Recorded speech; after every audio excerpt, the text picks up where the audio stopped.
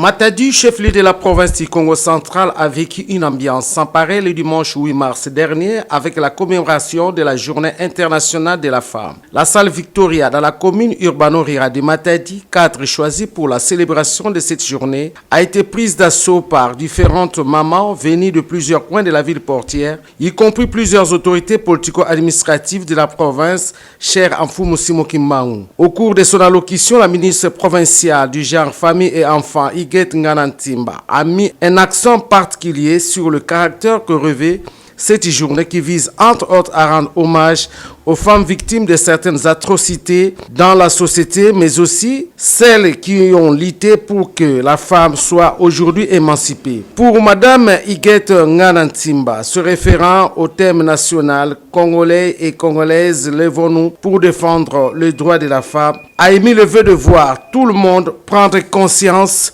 quant à ce qui implique la détermination des uns et des autres pour relever ces défis. Cette journée, célèbre les Nations Unies, constitue pour nous de mettre en avant la lutte pour le droit des femmes. C'est ainsi que chaque année, les Nations Unies et chaque pays membre à la RDC ont toujours retenu un thème spécifique que je me permets donc de rappeler aux uns et de former aux autres.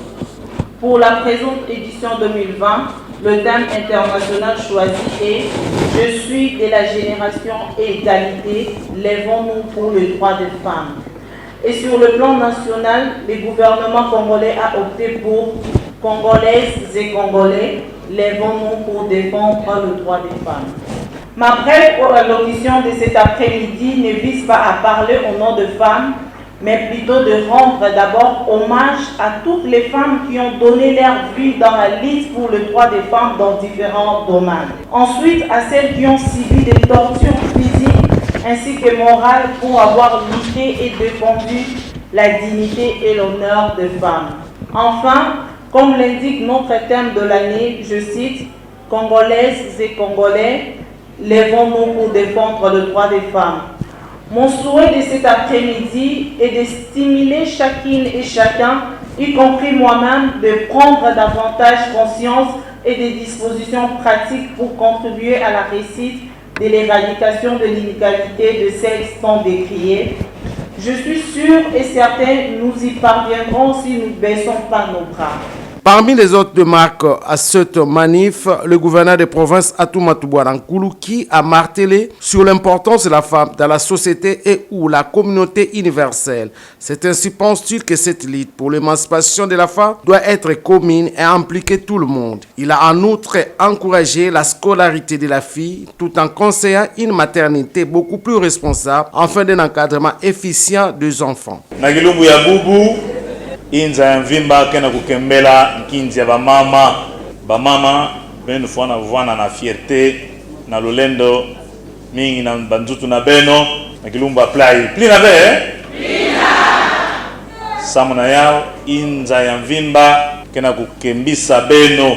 samu benu kena kifulu ya nene na luzingu nyonso na ba secteur nyonso ya luzingu awa na ntoto bamama benuke mfunu mingi na mamu yonso inza ke zolaka kusala tokena kusala nzambi vwandaka distreve eni vwandaka zobave kilumbu ina ni salaka mwana bakala après netala eni mona ti kima ya imwevanga yake incomplet ili na beba mama kana ngeme kwena na babwala na betu bametuba yao awa mama ndiango metuba yao 70% et di salu na babwala betu ba mama kesalaka yao kana betu mekuisa na ba centres urbains voilà mutino mosi voilà avec mutino mosi na yao betu kana kiese na kumona ti opportunité ina mfumo wa nchi mepesa betu ba mama betu telama betu telemina mambo ya éducation ya ndongokolo ya bana na betu ya bakento très important betu ba mama betu telemina mambo ya ndongokolo ya bana na beto ya bakento betu tinda bana na beto bakento na école. C'est très important. Tout compte fait, il y a lieu de croire que la femme prendra conscience de son devenir et devra comprendre qu'avant tout, elle doit faire preuve de ses compétences et de ses qualités pour obtenir ce qu'elle recherche. Une condition sine qua non pour être considérée par la communauté universelle. Ibisa Kamate